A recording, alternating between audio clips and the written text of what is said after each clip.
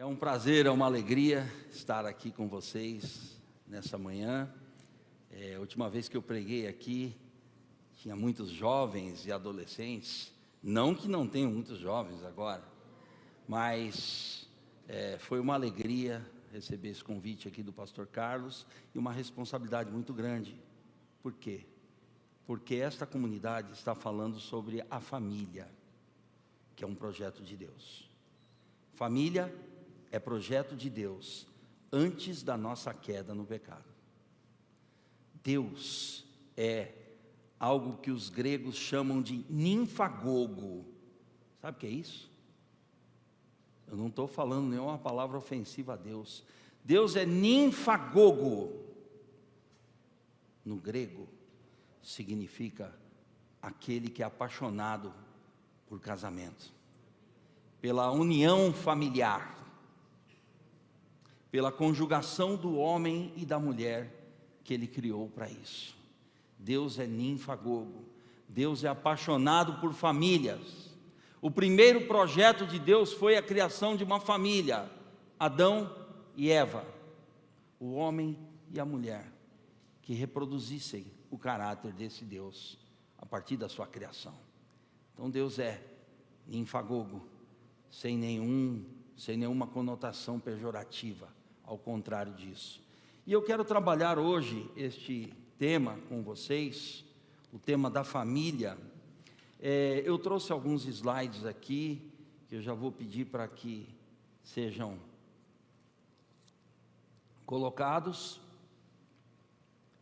E não sou um pregador, aquele cara pusilânime, aquele cara que vai falar assim. Sou um professor do Evangelho. O púlpito é minha sala de aula e minha sala de aula é o meu púlpito. Então eu tenho um ar professoral. Não estranhem não, tá bom? Esse jeito do tiozinho aqui. Ficou ali legal? Família vertical. Essa é a temática. Mas tem lá o primeiro slide que a gente quer trabalhar com vocês. É o texto de Deuteronômio, capítulo 6, dos versos 4 até o 7, que nós vamos trabalhar. Família relevante em um mundo perdido. Família relevante em um mundo perdido é alguma coisa que precisa chamar a nossa atenção. O projeto de Deus para a nossa família começa no nosso lar.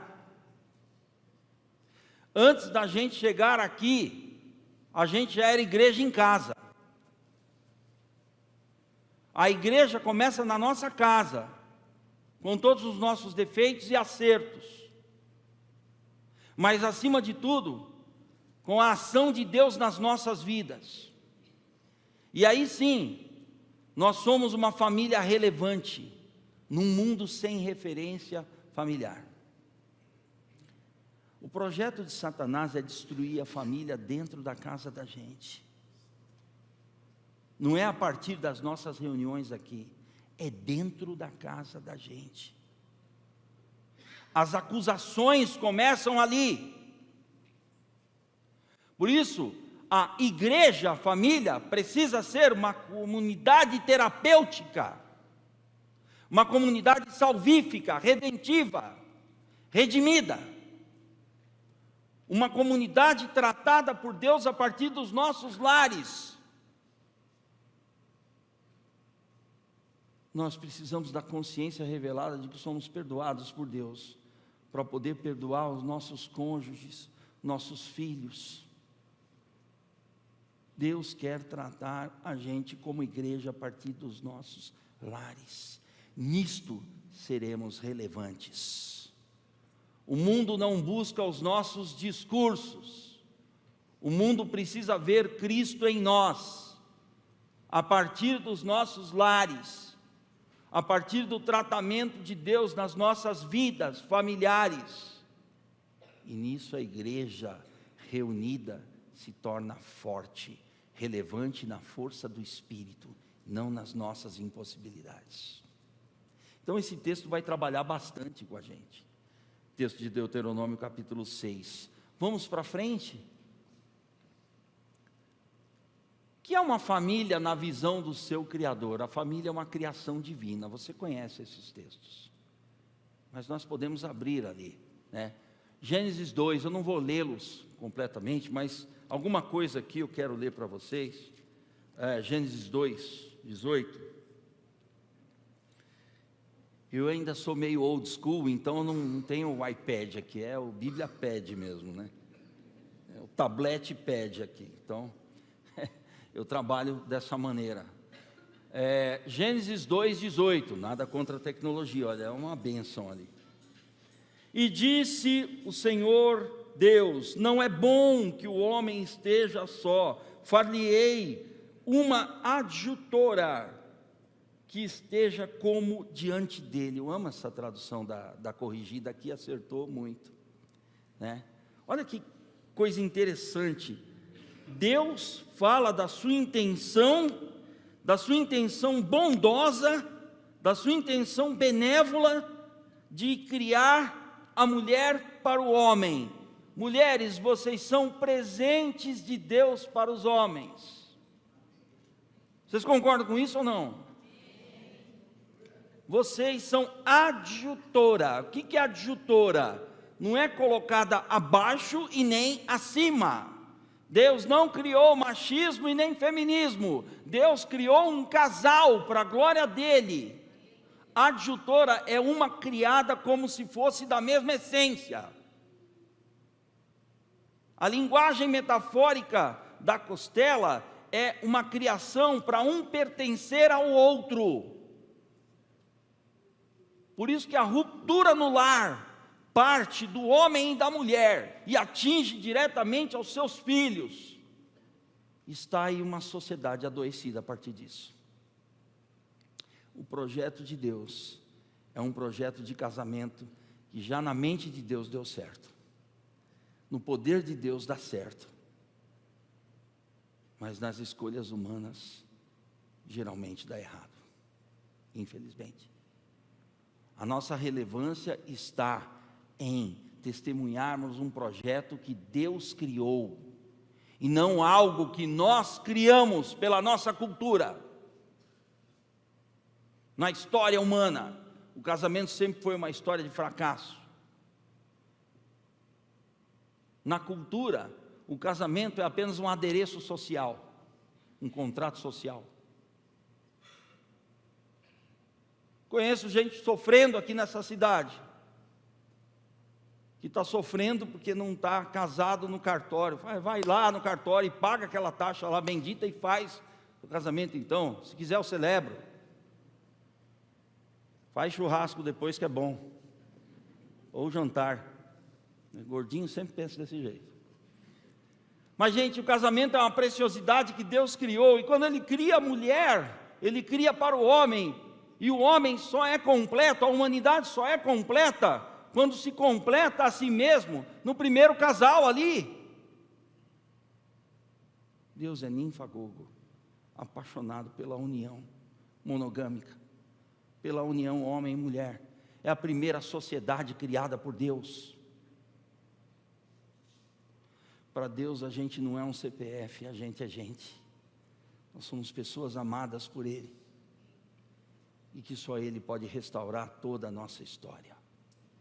Nisso está a nossa relevância. Mas esse é um projeto desde o início, a criação da família divina. O que Deus criou não pode dar errado, mesmo que as nossas escolhas sejam funestas às vezes. Mas o projeto de Deus está ali e funciona na dependência dEle. Vamos para frente?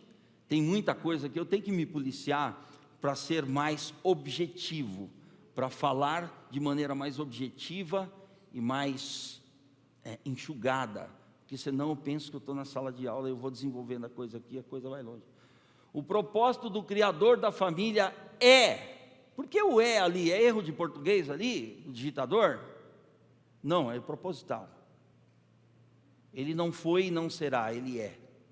É a vivência da comunhão humana na dependência divina. Como é que um casamento feito por Deus, sob o poder de Deus, pode dar errado? Não pode. Porque o que Deus uniu, a ordem não separe o homem. Detalhe, o que Deus uniu. O que Deus uniu. O que Deus celebrou. O que Deus fez.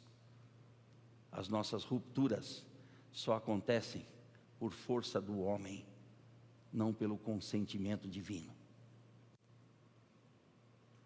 Então, quando um casamento se desfaz, não é porque o projeto de Deus deu errado, é porque as nossas escolhas foram erradas, que nós não permitimos que Deus trabalhe o suficiente dentro de nós. Vida cristã é uma vida de desistência, de desconstrução e de dependência de Deus. Fora disso, nós usamos uma máscara social. Casamento para Deus é coisa séria. Família para Deus é coisa seríssima. Deus nunca brinca com as nossas relações. A gente que às vezes se esquece disso. Vamos para frente? Como Deus orienta a família através da sua palavra? E vamos ao texto em questão. Deuteronômio, é isso? É a teologia da palavra revelada. O livro que mais foi utilizado por Jesus é Deuteronômio. Porque Deuteronômio é a síntese de tudo aquilo que foi revelado em Gênesis desde o capítulo 1. Deuteronômio é a constituição divina para essa vivência no mundo em que a gente está. Jesus utilizou mais o livro de Deuteronômio, não é por acaso, é porque Deuteronômio é o livro que vai ratificar a palavra de Deus no coração do povo chamado por Ele. E uma das expressões mais belas do livro de Deuteronômio, dessa revisão espiritual, é a que nós vamos estudar. Isso aí é só um dado para você ter aí, é uma revisão espiritual para a inserção de Israel na terra prometida. A base teológica e ética para o testemunho do Senhor às outras nações no mundo antigo. Só que isso não mudou. Esse princípio é o mesmo. O princípio do Evangelho é o mesmo, é o princípio do id. No Antigo Testamento, a teologia de Deus era a teologia do vinde. Venham ver como eu sou através do meu povo. No Novo Testamento, é o id, é centrífugo. Vão e mostrem às pessoas quem é o Deus que chamou vocês. Nisso está a nossa relevância, como povo de Deus, como família de Deus. Vamos para frente? Esse é o texto. Ouça, ou na outra tradução está ouve, mas ouça, mesma coisa. Ó Israel, o Senhor nosso Deus é o único Senhor. Ame o Senhor, seu Deus, de todo o teu coração, de toda a tua alma, de todas as suas forças. Que todas essas palavras que hoje lhe ordeno estejam em seu coração. Você percebeu alguma coisa aqui? Nunca a palavra de Deus pode ser transformada em teoria sobre Deus. Esteja em teu coração. Isso aqui não é uma ordem. Isso aqui é uma intencionalidade divina.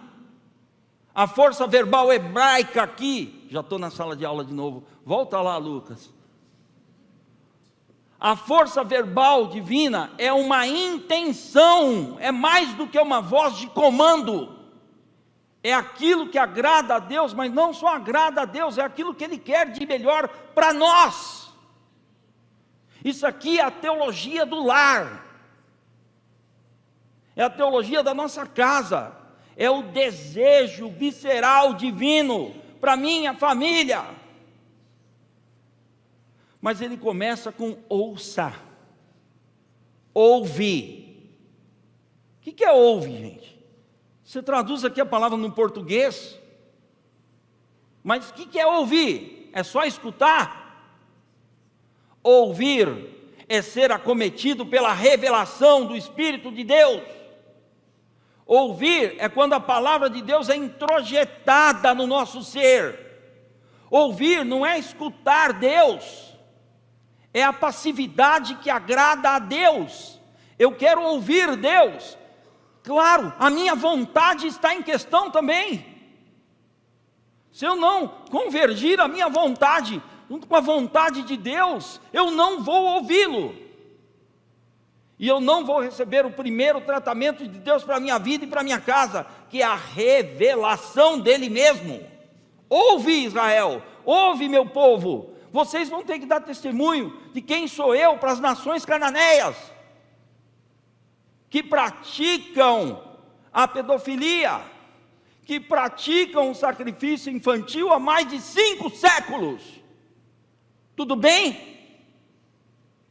Você acha que a missão de Israel era pouca coisa, como família de Deus?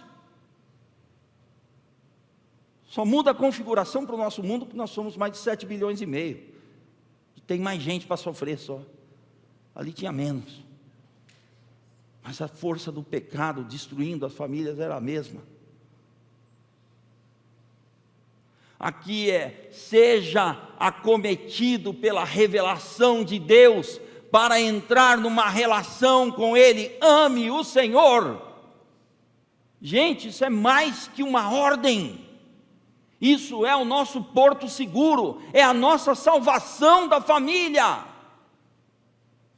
Relação com Deus é baseada em quem Ele é, não em quem nós somos. Quem nós somos são só as nossas escolhas, que às vezes são terríveis, na direção oposta a Deus. Mas amar não é uma opção que Deus oferece. Amar e ser amado por Deus é o único caminho para o qual nós fomos criados como seres humanos. O seu Deus, de todo o teu, não aponta para cá, aponta para cá. Coração é a sede de tudo aquilo que você quer, tudo aquilo que você sente e tudo aquilo que você pensa. Sobrou alguma coisa? Seu coração, todo o seu coração. Sabe quando eu sofro? Quando eu tenho reservas para Deus, quando eu não permito que Deus haja no meu jeito de pensar. Aprendi assim, penso assim, pela porcaria, não muda nem o preço do dólar, o jeito de eu pensar. Se mudasse ainda valia alguma coisa. Ah, mas o meu sentimento é assim. Então o teu sentimento está assim, você precisa ser tratado, Maurício. Você precisa ser curado nesse aspecto e em tantos outros. Não posso falar muita coisa aqui que minha esposa está presente, então está ouvindo, tá? Não estou nem olhando muito para esse lado aqui, mas não vai dar treta em casa não, vai. A gente no lar é muito legal, gente. No lar a gente se conhece, a gente sabe quem é o outro. Não tem, sabe, não tem mazela, não tem. A gente sabe quem o outro é. E ali que é legal você aprender a viver família de Deus e cristianismo. Ali que é legal chorar. Ali que é legal confessar. Ali que é legal contristar. Ali que é legal ser restaurado. Tudo que Satanás quer atingir é a nossa família, por causa dessa não vivência relacional com Deus, por causa dessa relação de não amor com Deus.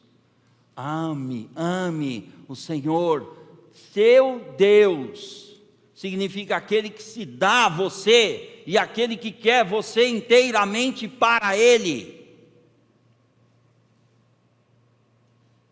Com Deus não existe meia relação. Com Deus não existe em cima do muro. Em cima do muro para Deus é fora da relação. Deus é assim. E não há nada que nós façamos que possa mudá-lo. De toda a sua alma, de todas as suas forças. Isso são campos semânticos do hebraico que vão complementando a integridade do ser humano por dentro. Não são dimensões diferentes. A antropologia bíblica diz que essas são conjunto de qualidades que o ser humano não tem, ele é. Primeiro ponto, que todas essas palavras que hoje lhe ordeno, estejam em seu coração, não sejam teoria, não seja uma teologia teórica. A única teologia, eu falo isso em sala de aula, a única teologia que presta é a prática. Que é a prática? A prática do Espírito na nossa vida. É a única teologia que funciona. O resto é discurso. Vamos para frente? Está aí o texto: ensine-as com persistência, muito boa tradução, a seus filhos, converse sobre elas, quando estiver sentado em casa, quando estiver andando pelo caminho, quando se deitar, quando se levantar. Tem mais coisas ali que Deuteronômio não colocou, mas está na nossa vida. Quando for jogar bola com ele, quando for no Igapó tomar caldo de cana com ele, quando sair para comer pizza com a sua esposa, está tudo incluído ali. É a vida cotidiana. Amarre-as como um sinal nos braços e prenda-as na testa. A gente não vai ter que ser judeu, colocar filactério, colocar aqueles adereços, colocar mezuzá na porta. A gente não vai precisar fazer isso. Tá? Aquilo era um sinal. Tá? Escreva-as nos batentes das portas de sua casa e em seus portões. Aquilo era a forma de testemunho de Deus para as outras nações, as nações pagãs que precisavam saber quem era esse Deus. O Antigo Testamento é muito simbológico, ele trabalha muito com esses símbolos da redenção.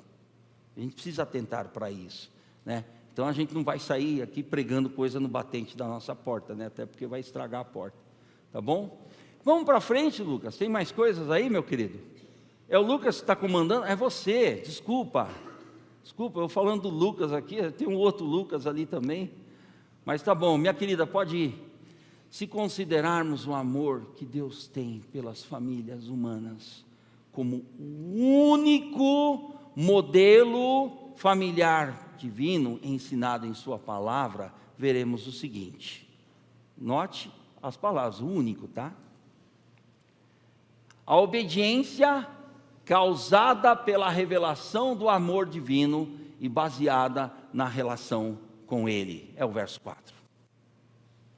Está dizendo o verso 4, é isso. Ouve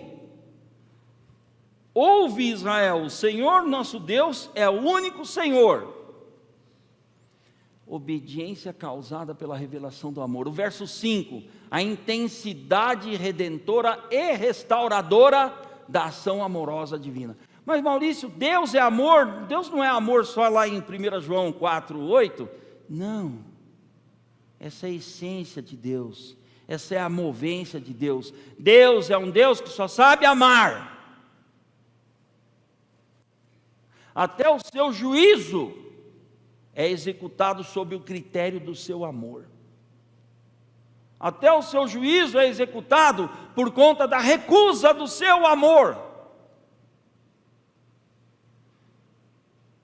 Tem gente que trata Deus à distância, como se Ele fosse um mero conceito, que não adentrasse nas nossas vidas, mas não como uma pessoa que quer o melhor para mim, mais do que eu mesmo posso querer para mim. Eu gosto muito de um escritor alemão, um teólogo alemão, não é pastor alemão, né, que senão poderia gerar aqui um conflito, né, um conflito de raças. Mas esse teólogo alemão, Anselm Grün, ele diz assim que a verdadeira fé é se perder em Deus e ser encontrado no seu relacionamento amorável conosco. É quando a gente para de tentar explicar a Deus e começa a viver uma relação com Ele de aceitação amorável. É isso tudo que Deuteronômio 6, 4, 5 representa.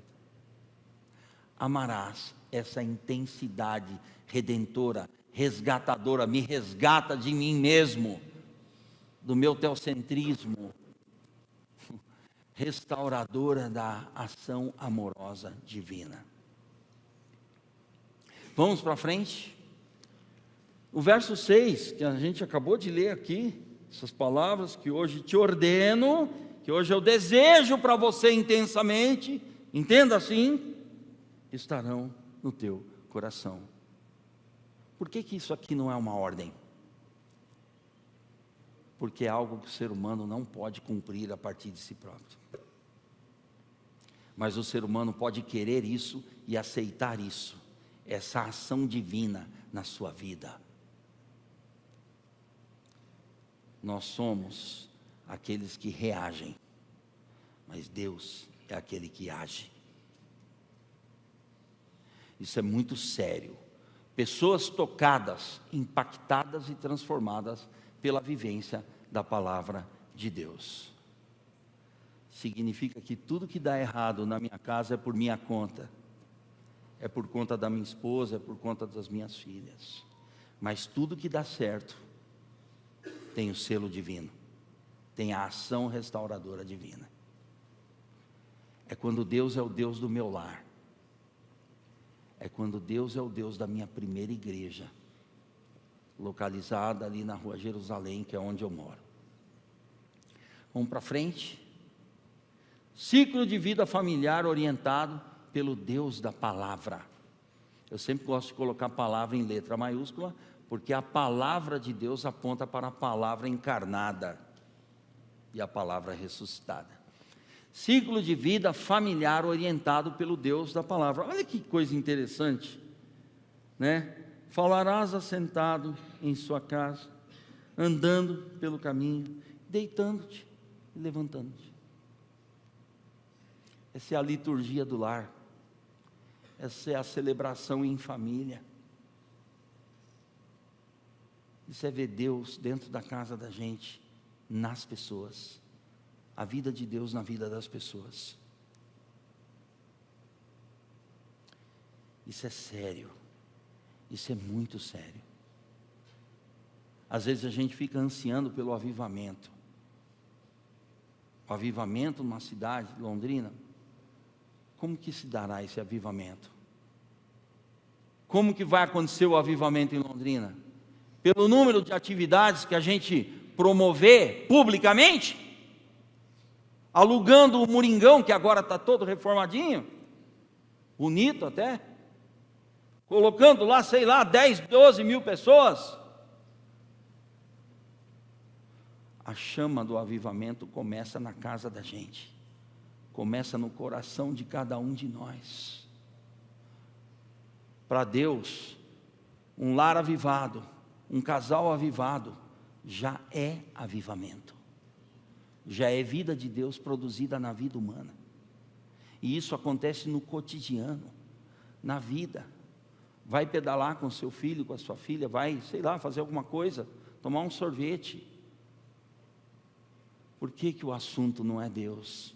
Por que que o assunto não é vida? O assunto tem que ser esse. Como é que está a nossa vida com Deus? Isso não é cobrança, é alerta. Deus ama a família. A tese é: Deus é ninfagogo. Deus ama a família e não troca a família por nada. Deus ama o seu lar. Sabe por quê? Porque você está lá. Porque seus filhos, suas filhas estão lá. Porque a esposa e o marido estão lá. Ah, mas eu não tenho esposo. Você é lar também. Ah, mas eu não tenho marido. Você também é lar. Se tem reunião que Deus não perde, é quando tem 2 ou mais reunidos em nome dEle. E isso não precisa se dar em um ambiente específico. O ambiente é o mundo. Como dizia John Wesley, a minha paróquia é o mundo. E isso não era só um clichê. E que a vida de Deus acontecia na vida dele, onde ele estava. Gente, a palavra nos ensina muita coisa que às vezes a gente burla, a gente pula, a gente não permite que Deus nos ensine de uma maneira muito assertiva, incisiva, às vezes dolorida, mas tão necessária. Eu fiz bodas de prata dia 6 de, não pode esquecer a data, porque tem alguém presente aqui, fevereiro, né? 6 de fevereiro. Você sabia? Eu vou te contar um segredo. Pode falar segredo? Cadê o pastor Carlos? Então ele fala que tem heresia rodando aqui. Não, não é heresia, não é. Eu estou aprendendo a ser casado quase agora. Assustador? Não, alentador. Quantos erros a gente comete nas nossas relações? Quantas vezes eu não deixei Deus me ensinar que eu casei não é para ser feliz, é para fazer feliz. Nisso consiste o lar construído por Deus. Não é gente perfeita, não é gente que está sempre sorrindo, não é gente que está sempre tirando foto, postando. Isso é bonito de ver, é legal. Oh, fui lá no resort, bacana, top, vá mais vezes lá. Mas e as fotos da casa da gente? Como elas estão? Quais são os retratos que o nosso celular poderia tirar do nosso lar? Isso aqui não é uma chamada para todos nós. Quando eu falo aqui para vocês, eu estou olhando no espelho. Não estou falando só para vocês, estou falando para mim. A gente aprende com Deus que a gente é amado por Ele, que a gente foi criado para ser amado, e quando a esposa da gente aprende a mesma coisa, você tem um casamento solidificado pelo Senhor.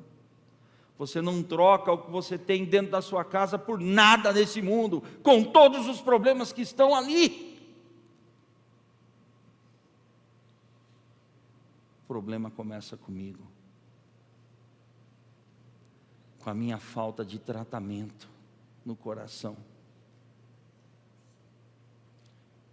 A nossa vida é uma vida composta de 5 R's, anota aí. Nem sei se vai dar para chegar no final dos slides, viu gente? Às vezes desculpa, eu não sou muito protocolar não, muito cerimonial não. A nossa vida em Deus, ela tem 5 R's que são fundamentais. O primeiro deles é a revelação. Deus mostrando quem Ele é.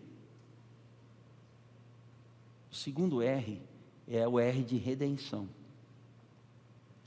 Deus mostrando quem eu não sou. Eu preciso ser redimido. Eu preciso da salvação divina. Todos os dias. E o nome disso chama santificação. Depois desse segundo R, que é a redenção, vem o R da relação. A relação com Deus não pode ser uma relação burocrática. A relação com Deus não pode ser uma relação meramente protocolar, meramente uma relação de status quo. Olha a vida dele com Deus, é aquilo que eu posso ver da vida dele, mas é aquilo que Deus pode ver da minha vida que conta. Como é a minha relação com Deus? Como eu trato Deus? É da maneira como Ele me vê? Porque Deus só quer amar você e a mim. Ele não quer outra coisa. Deus não quer as nossas qualidades morais. Deus quer mostrar quem Ele é para cada um de nós. Deus é assim. Qualquer outro retrato de Deus não reflete quem é o Deus revelado nas Escrituras, revelado na pessoa e na obra de Cristo, a nós pela ação do Espírito. Mas tem um outro R, o R da restauração. São as cirurgias feitas por Deus e às vezes sem anestesia, que precisam ser feitas para curar dentro de nós aquilo que nós nem queremos que Deus cure às vezes. Deus quer o nosso querer. Eu preciso querer ser curado por Deus, tratado por Deus. Deus não abre mão da minha vontade. Deus aperfeiçoa a sua em mim, mas Ele não abre mão da minha vontade, da minha escolha moral. Eu preciso querer Deus. Eu preciso chegar à consciência de que quem precisa de Deus sou eu, não é Ele que precisa de mim. Ele me quer, sem precisar de mim. Outro nome para isso, amor divino. Esse é o ciclo da vida familiar. E o último R, né? Já esquecendo o R da reprodução. Então eu preciso de revelação, Deus dizendo quem é. Eu preciso da redenção, Deus me convencendo quem eu não sou, Deus, de mim mesmo. Eu preciso do R da relação com Ele, que eu não vou aprender Deus de teoria, eu vou aprender Deus na vivência do meu dia a dia. Eu preciso do R da restauração, que é onde Deus vai me santificando para Ele, usando a metodologia dEle, que às vezes me dói, porque há quartos escuros na minha mente que eu não quero abrir para o Espírito agir, porque ali é a minha zona de conforto, porque ali é onde eu não quero mudar, mas Deus quer mudar segundo Ele. E a consequência disso é o testemunho que a gente tem para o mundo, que é mostrar quem é Deus através da gente. Nosso testemunho é antes quem é Deus em nós, não é tanto quem nós somos, porque nós só somos nele, através dele. Essa é a reprodução do caráter de Deus. Como que se dá isso na prática? Tudo que está errado na minha vida sou eu que faço, e tudo que dá certo é o Senhor que está fazendo. Tudo que dá errado é por minha conta, pelas minhas escolhas ruins, pelas minhas escolhas na direção oposta a Deus. Contextualizando. Obrigado por vocês me colocarem os slides aí, irmã. Se deixar, eu vou viajando aqui sem slide. Tensões pessoais. As pessoas estão cada vez mais sujeitas às tensões da vida cotidiana e mais agressivas. Olha, gente, a pandemia que o diga, né? Todo mundo aqui tem uma história para contar de pandemia, ou não tem? Tensões no lar, tensões pessoais, pois tem as tensões sociais. A família é assolada por isso. Tem muita criança ficando mais nervosa ou não? Depois do 2020? Tem muita coisa acontecendo? Tem. São as tensões causadas, as tensões pessoais. Por isso que nós precisamos de um ciclo familiar saudável à moda divina. Não de acordo com a cultura que a gente vive, não de acordo com os nossos pensamentos ou posicionamentos, ou quaisquer ideologias que existam. Essas tensões pessoais estão dentro dos nossos corações e foram reveladas na ambiência da pandemia, onde a gente ficou mais em casa e ficou olhando para a cara do outro. E o celular e o TikTok não vão dar jeito nessa situação. Esquece. Não vai acontecer. Tensões sociais, desumanização do ser humano, um consumismo devido às ofertas midiáticas, individualismo e o medo relacional das pessoas que estão à nossa volta. Às vezes você fica com medo do vizinho, você não sabe quem ele é, você não sabe o que ele fez, você não sabe se ele pode portar uma arma e fazer uma loucura. Estou falando de um mundo estranho para vocês ou estou falando do mundo real? É só você olhar os jornais. Normal o moleque entrar na sala de aula e esfaquear a professora? É normal o outro endemoniado chegar e matar 4 crianças com machado em Santa Catarina? É normal isso? Isso para mim transcende a qualquer tensão dessas aí. Para mim é uma tensão demoníaca que faz isso. Mas elas acontecem a partir do lar, a partir das famílias que não estão estruturadas no Senhor. Você conhece alguém assim? Nós conhecemos. Está aí o teu campo missionário para atuar. Vamos para frente. As famílias que vivenciam a realidade do amor do Pai precisam, não são obrigadas, muito mais do que uma obrigação, precisam, é uma missão, transmitir a sua fé viva no Criador e não se curvarem às regras impostas pelo mando da vida do sistema deste mundo.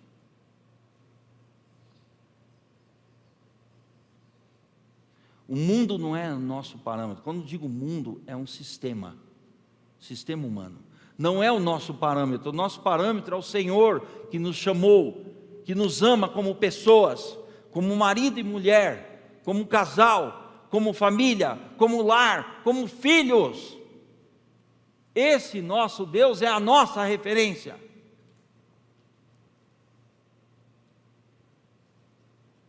A educação pode ajudar em alguns pontos, de fora para dentro. Mas o que nós lemos em Deuteronômio vai solucionar as nossas vidas e dar sentido a elas de dentro para fora. O movimento é outro, a dinâmica é outra. Deus vai no fulcro da nossa problemática. Deus vai no olho do furacão da nossa mente, do nosso coração. É aí onde estão os nossos problemas. E quando Deus trata a partir dali, a gente começa a ter saúde espiritual e viver um cristianismo mais terapêutico, porque a gente deita no divã de Deus todo dia, para Ele tratar com a gente. A gente não pode se curvar às regras impostas pela sociedade, pelo sistema, porque para o sistema, você e eu somos apenas um CPF, deu baixa, acabou. Para o mundo a gente é só um número. Para Deus, a gente vale mais do que todo o universo criado por Ele. Você está entendendo a mudança de paradigma? Muitas vezes nós cremos no Senhor, somos cristãos autênticos, mas não nos permitimos, ao ponto do Espírito trabalhar em nós lá dentro, nos nossos piores traumas e histórias de vidas, nas culpas que a gente carrega dentro de nós, nas acusações que as pessoas fazem, nas acusações feitas pelo nosso espelho. Muitas vezes eu e você nos acusamos, e Deus nunca vai te acusar, Ele sempre vai te libertar, Ele sempre vai te amar, Ele sempre vai te restaurar. É isso que nós precisamos aprender com o Espírito de Deus, não com teoria sobre Deus, mas com Deus presente na nossa vida, de fato, de verdade, de maneira concreta. Vamos em frente? Está acabando os slides, né, minha irmã? Fala que está, né? Ela balançou meio a cabeça assim. Oh Deus, a minha mulher fala assim: para que 40 slides? Mas eu diminuí para caramba, tem 12, 15, até esqueci, eu mandei para o Carlos essa semana, esqueci. Tanta coisa na cabeça, tem mais ou menos uns 12, 13? Vamos lá, é que a gente tem um horário aqui, gente, pelo amor de Deus, tem almoço, essas coisas, as mulheres começam a olhar meio assim, né? Tá bom, eu prometo que se eu não conseguir terminar esses slides, os slides vão ficar aí, e aí à noite serei chamado novamente aqui, estou convocado para vir aqui. O pastor Carlos falou, é a mesma mensagem e tal, mas a gente sempre tem um retoque diferente. Famílias tementes a Deus comunicam às pessoas a sua relação com Ele. Que tipo de crente você é? Que tipo de crente eu sou na minha relação com Deus? Essa é a resposta. Como eu me relaciono com Deus? Isso aqui não é uma chamada moral, isso aqui é um alerta espiritual. Como eu me relaciono com Deus? Eu me vejo tão amado assim por Deus, ao ponto de ter aprendido a olhar você com o mesmo olhar amorável com que Ele me olha e me vê? Essa é uma relação saudável com Deus. Essa é uma relação curadora com Deus, santificada dia a dia com Deus. A igreja é chamada para ser a família de Deus, num mundo tão afligido por escolhas pecaminosas humanas. Qual é a escolha pecaminosa humana? Viver sem Deus. É a escolha nimrodiana. É a escolha da queda. É a escolha que valoriza mais o conhecimento do bem e do mal, da árvore, do fruto do conhecimento do bem e do mal, do que a relação com Deus, nosso Criador, e aquele que tem o melhor para nós, e aquele que mais ama cada um de nós. A igreja é chamada para ser essa família. Vamos em frente? Toda a degradação social humana nasce em ambientes familiares desprovidos do poder salvador e curador do Criador da família. Um assassino em potencial, ele nasce num ambiente assim, um lar degradado. Um pedófilo nasce num lar assim, onde geralmente ele também foi abusado. Estou pegando pesado aqui, gente, porque eu estou falando com famílias. Eu não posso brincar com vocês, eu tenho que falar sério com vocês, descontraidamente, mas profundamente sério. A única segurança da família é a sua relação com Deus e a sua restauração espiritual, orientada por sua palavra. Esse texto de Deuteronômio é Deus mostrando a família à moda dele, o lar de acordo com a visão divina, a igreja que começa no nosso lar. Olha uma progressão interessante do texto aqui, é uma progressão muito interessante, você vê no hebraico também, pronominal. Ouve, revelação, amarás, relação. Olha só a progressão, de cima para baixo. Teu Deus, teu coração, tua casa. Então, teus filhos, tua casa. Já reparou nesse enredo divino? Teu Deus, teu coração, teus filhos, tua casa. Essa é a terapia divina, é a terapia redentora divina, essa é a cura que vem de Deus, essa é a saúde do nosso lar. Nosso lar só é saudável sob esta ação divina. Então começa em Deus, passa por mim e chega ao meu próximo. Isso não começa num ambiente social, começa na primeira sociedade, a casa da gente, o nosso lar, nossa família. Vamos em frente. O propósito de Deus sempre foi, é e será a revelação da sua pessoa através da sua obra. A família jamais esteve fora dessa intenção divina. Deus nunca vai desistir da sua família. Deus nunca vai desistir do seu lar. Deus nunca vai desistir de você. Deus não abre mão de ninguém que está aqui, de ninguém que já nasceu, está nascendo e nascerá nesse mundo. Deus é o Deus da vida. Uma das maiores lições da teologia que eu aprendi com Waldenfels, que é um teólogo alemão, ele diz que, em suma, Deus ama a vida. Deus ama a vida. Que vida? A vida humana. Que para Ele é a parte mais importante que Ele criou. Quando Deus cria tudo, Ele diz que é bom, é bom, é bom. E quando Ele cria a gente, ser humano, Ele diz que é muito bom. E creia, não há tradução para isso no português. O máximo que tem aqui é muito bom. Vamos em frente, agora estamos chegando no final. Concluindo, mas você sabe que eu coloquei inconcluindo, porque eu nunca concluo, mas coloca lá, vamos lá. A família precisa aprender a viver na dependência do poder terapêutico divino, ponto. Ser família é viver numa troca de experiências e vivências, através de concessões mútuas, que fazemos por amor aos nossos familiares. Eu aprendi nesses 25 anos de casado, que ser feliz é melhor do que ter razão. Por que tampa o ouvido das suas esposas? Você nunca vai ganhar delas. Você nunca vai ter razão diante delas. Essa briga já está perdida. Homens, vocês perderam o Playboy. Vocês nunca vão ganhar. Tá bom? Mas ser feliz é melhor. E o lindo é quando ela descobre isso também. Ser feliz é melhor. Tá bom, você tem razão. Tá. E aí, vamos comer pizza onde? E aí, vamos passear onde?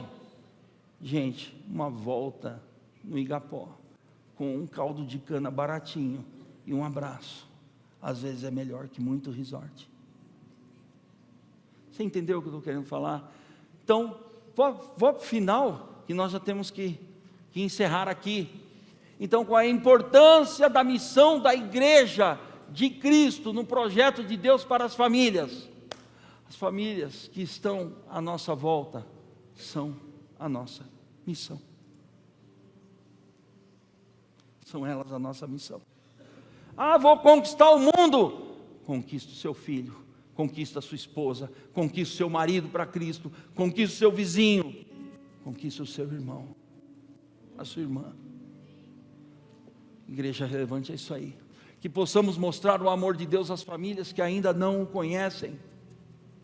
A família que vive o projeto de Deus é alicerçada na sua bondade. Testemunhar das pessoas que se recusam a receber o seu amor redentor. E bota lá no último slide, minha irmã. É hora do ID. Põe ali. É hora do ID.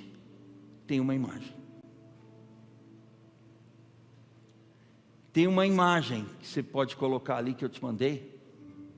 Tem? Não é o texto que eu mandei depois, não. É a imagem é de uma criança. É hora do ID. E a imagem que eu coloquei é a imagem de uma criança. A infância está sendo assolada nesse mundo. Há um projeto do inimigo para atingir a infância, para atingir as nossas crianças. E se a nossa igreja começa no nosso lar, as crianças não são a igreja do amanhã, elas são a igreja do hoje, que estão assistindo a nossa pastoralidade, que estão assistindo os nossos relacionamentos. Todas as vezes que a treta em casa fica grande, eu procuro falar em off para minha filha: papai e mamãe têm defeitos, mas o Deus que nos chamou, Ele é perfeito, e Ele te ama para o resto da sua vida. Então, não confie no amor que você tem por Deus, mas confie no amor que Ele tem por você, para que você saiba o quanto você é amado, e o quanto Deus não abre mão de você como família, como pessoa, como ser humano tão amado por Ele. Quero agradecer a oportunidade de ter podido estar aqui nessa manhã com vocês, debruçar um pouco sobre a palavra do Senhor. Há tanta coisa aqui que a gente também não pode falar de uma vez só por conta do nosso tempo, e isso é importante também, né? Mas que o Senhor esteja abençoando a sua casa, a sua família, o seu lar. E abençoar no hebraico significa estar presente, estar atuante, estar ali, vivo e eficaz. Quando você diz para uma pessoa: Deus te abençoe, não é uma mera saudação, não é um mero clichê cristão. Eu desejo que Deus esteja presente em você, na sua vida, no seu lar, em nome de Jesus. Vamos orar agora, rapidamente, porque o nosso grupo que vai ministrar os louvores já está aqui a postos. Pai, obrigado, porque a sua palavra ministrada aos nossos corações, que o teu Santo Espírito possa introjetá-la em cada coração aqui presente, em cada pessoa aqui, em cada lar aqui representado, em nome de Jesus, que o teu poder seja o poder das nossas vidas. Nós oramos no nome precioso de Jesus Cristo, que é o nome que está acima de todo nome no universo. Amém.